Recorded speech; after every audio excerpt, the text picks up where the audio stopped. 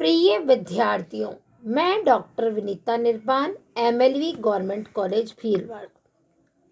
आज हम पत्र मुद्रा अथवा नोट निर्गमन की विभिन्न पद्धतियों अथवा तरीकों के बारे में अध्ययन करेंगे। पत्र मुद्रा अथवा नोट निर्गमन की विभिन्न पद्धतियां निम्न प्रकार है। निश्चित विश्वासाश्रित निर्गमन पद्धति, अधिकतम विश्वासाश्रित निर्गमन रीति, आनुपातिक कोश प्रणाली, आंशिक स्वर्ण कोश सहित आनुपातिक निधि पद्धति, न्यूनतम कोश प्रणाली, साधारण निधि प्रणाली, कोषागार विपत्र जमा पद्धति। निम्न पद्धतियों में आज हम विभिन्न गुणों एवं दोष एवं पद्धतियों के बारे में अध्ययन करेंगे।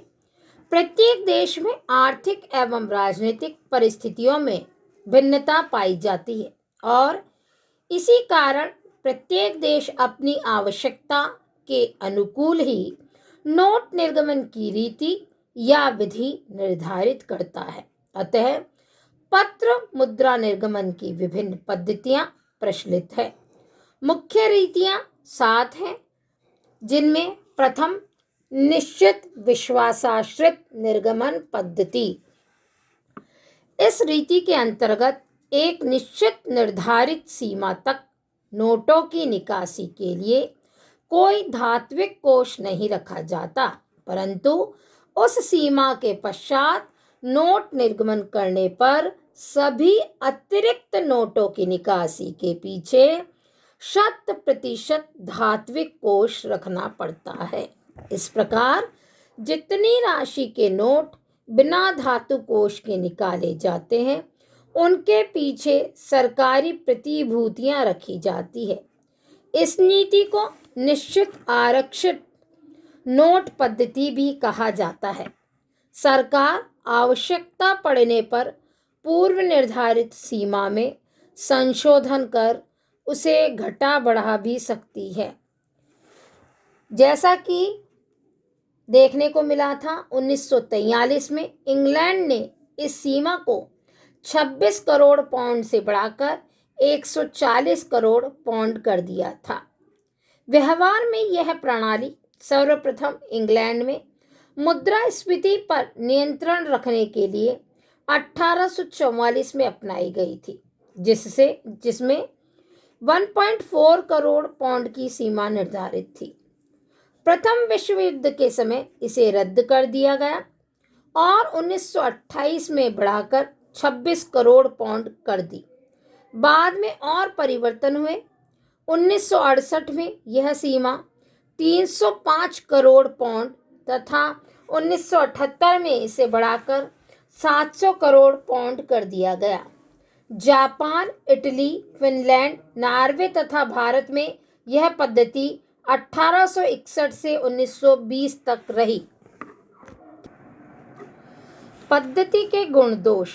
इस रीति में मुद्रास्फीति के भय का अभाव है और परिवर्तनशीलता है। जनता के विश्वास का गुण भी विद्यमान है। साथ ही साथ लोच का अभाव होने से यह पद्धति अमितव्यतापूर्ण एवं अव्यवहारिकता के दोष से परिपूर्ण है। नेक्स्ट, अधिकतम विश्वासाश्रित निर्गमन रीति। इस पद्धति में नोट निर्गमन के लिए एक अधिकतम सीमा तक नोट निकासी के पीछे कोई धात्विक कोष नहीं रखने पड़ते और उस सीमा के बाद नोट निर्गमन नहीं किए जा सकते। इस प्रकार पूर्व में हम अतिरिक्त सीमा में अगर कोई नोट निर्गमन करते थे तो उसमें धात्विक कोष रखा जाता था, जबकि इसमें धात्विक कोष नहीं रखने पड़ते और एक निश्चित सीमा के बाद नोट निर्गमित नहीं किए जा सकते, चाहे सरकार 100% धातु कोष रखने के लिए तैयार ही क्यों न हो। हाँ, सरकार नोट निकासी अधिनियम में संशोधन करके इस अधिनियम सीमा को घटा एवं बढ़ा सकती है। जैसे कि पूर्व में अधिकतम सीमा 600 करोड़ पाउंड के नोट निर्गमन की निश्चित की गई, तो मुद्राधिकारी ने 600 करोड़ पाउंड से अधिक के नोट किसी भी हालत में निर्गमित नहीं करने के संदर्भ में एक नियम बनाया, जब तक कि संशोधन से अधिकतम सीमा न बढ़ाई जा सके। 1870 से 1928 के बीच यह पद्धति फ्रांस में प्रचलित थी, पर 1928 में इसे त्याग दिया गया। 1937 में ऑस्ट्रेलिया के शाही आयोग ने अधिकतम सीमा प्रणाली का सुझाव दिया और 6 करोड़ पाउंड की सीमा निर्धारित की गई, जिसमें विशेष परिस्थितियों में अस्थायी रूप में वित्त मंत्री की अनुमति पर 1 करोड़ पाउंड छूट की व्यवस्था थी। इंग्लैंड में भी मैकमिलन कमेटी ने इसे अपनाने की सिफारिश की थी। अधिकतम विश्वासाश्रित निर्गमन रीति के गुण एवं दोष। यह स्वर्ण कोशों की बचत, चलनाधिक्य के भय का अभाव व मुद्रा प्रणाली में कुछ सीमा तक लोच के पाए जाने का गुण विद्यमान रखती है। तथापि यह पद्धति रूढ़िवादी, कम लोचपूर्ण, अव्यावहारिक है, क्योंकि सरकार अपने अधिकारों का दुरुपयोग कर सीमा बढ़ा सकती है और चलनाधिक्य का भय उत्पन्न हो सकता है। नेक्स्ट, आनुपातिक कोष प्रणाली। यह सिद्धांत बैंकिंग सिद्धांत पर आधारित है और इसके अंतर्गत नोट निर्गमन के पीछे 100% रिजर्व नहीं रखकर केवल उसके एक निश्चित प्रतिशत तक धात्विक कोष रखा जाता है और शेष भाग के पीछे सरकारी प्रतिभूतियां या प्रथम श्रेणी के व्यापारिक प्रपत्र व सिक्योरिटीज रखी जाती है।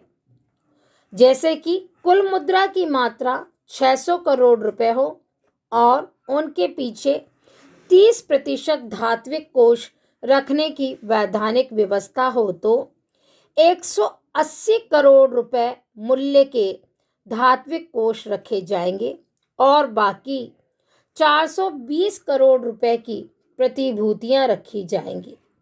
कभी कभी धात्विक कोषों में विदेशी ऋण पत्रों को भी सम्मिलित कर लिया जाता है। इस पद्धति को प्रतिशत प्रणाली भी कहा जाता है।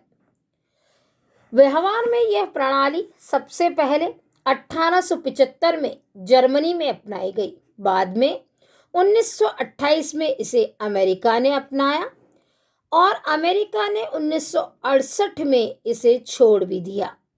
फिर भी यह पद्धति अधिक प्रचलित रही। आनुपातिक प्रणाली के गुण। इस प्रणाली के अंतर्गत मुद्रा प्रणाली में पर्याप्त लोच रहती है, क्योंकि 100% कोष नहीं रखना पड़ता, केवल थोड़ा सा प्रतिशत रखकर काम चलाया जा सकता है। इस प्रणाली में परिवर्तनशीलता भी बनी रहती है, क्योंकि निश्चित प्रतिशत के रूप में धात्विक कोष रखे जाते हैं। चलनाधिक्य पर रोक भी रहती है, क्योंकि बिना धात्विक कोषों में वृद्धि किए नोट निर्गमन नहीं हो सकता। आनुपातिक प्रणाली के दोष। इस प्रणाली में कोषों की व्यर्थता रहती है, क्योंकि इसमें स्वर्ण कोष बेकार पड़े रहते हैं और उनका दूसरे कामों में लाभप्रद उपयोग नहीं किया जा सकता। दूसरा, परिवर्तनशीलता काल्पनिक है, क्योंकि नोटों के निर्गमन के पीछे केवल एक निश्चित प्रतिशत रखते हैं, जैसे कि 25 से 30%, तो बाकी मुद्रा की परिवर्तनशीलता का क्या औचित्य है और वह कहाँ है, इसका कोई अध्ययन नहीं है। संकट काल में यह पद्धति बाधा उत्पन्न करती है और गरीब एवं विकासशील राष्ट्रों के लिए यह अनुपयुक्त है। जनविश्वास भी अपेक्षाकृत कम रहता है और इस पद्धति में लोचता का भी अभाव ही रहता है। नेक्स्ट, अधिक स्वर्ण कोष सहित आनुपातिक निधि पद्धति। यह पद्धति आनुपातिक कोष प्रणाली का ही संशोधित रूप है। इसके अंतर्गत नोट निर्गमन के पीछे एक निश्चित अनुपात में धात्विक कोष तो रखने की व्यवस्था है ही, पर विशेष रूप से स्वर्ण की एक न्यूनतम कोष सीमा भी निर्धारित की जाती है, जिससे कम से कम उतना स्वर्ण तो कोष में रहे ही, बाकी कोष रजत या विदेशी ऋण पत्रों में रखा जाता है। इस पद्धति का अच्छा उदाहरण और अनुपम उदाहरण भारत में सन 1945 से 1956 तक प्रचलित पत्र मुद्रा पद्धति थी। इसके अनुसार नोटों की कुल मात्रा का 40% धातु कोष एवं विदेशी विनिमय तथा 60% अन्य प्रतिभूतियों के रूप में रहता था। धातु कोष में सोने के सिक्के, सोना तथा रजत व स्टर्लिंग साख पत्रों का समावेश था तथा सोने का न्यूनतम कोष 40 करोड़ रुपए, 21 रुपए 3 आने 10 पाई प्रति तोला की दर से रखना अनिवार्य था। अक्टूबर 1956 से भारत में न्यूनतम कोष प्रणाली अपनाने की यह व्यवस्था समाप्त हो गई। इस पद्धति के गुण एवं दोष। इस पद्धति में आनुपातिक प्रणाली के सभी गुण यथा लोचता, मितव्यता, परिवर्तनशीलता एवं जन विश्वास का गुण विद्यमान है, जबकि यह मुद्रा पद्धति संकट काल में अनुपयुक्त और लोचहीन रहती है। परिवर्तनशीलता भी काल्पनिक है। अत्यधिक धातु कोष बेकार पड़े रहते हैं। गरीब व विकासशील राष्ट्रों के लिए यह अनुपयुक्त है। स्वर्ण की एक न्यूनतम सीमा निर्धारित करने से उस सीमा तक स्वर्ण कोष खजाने में बंद एवं बेकार पड़े रहते हैं। उनका लाभप्रद उपयोग संभव नहीं हो पाता है। आगामी व्याख्यान में हम शेष बची हुई न्यूनतम कोष प्रणाली, साधारण निधि प्रणाली और कोषागार विपत्र जमा पद्धति के बारे में अध्ययन करेंगे और यह भी अध्ययन करेंगे कि नोटों के निर्गमन का कौन सा तरीका श्रेष्ठ एवं उपयुक्त रहेगा।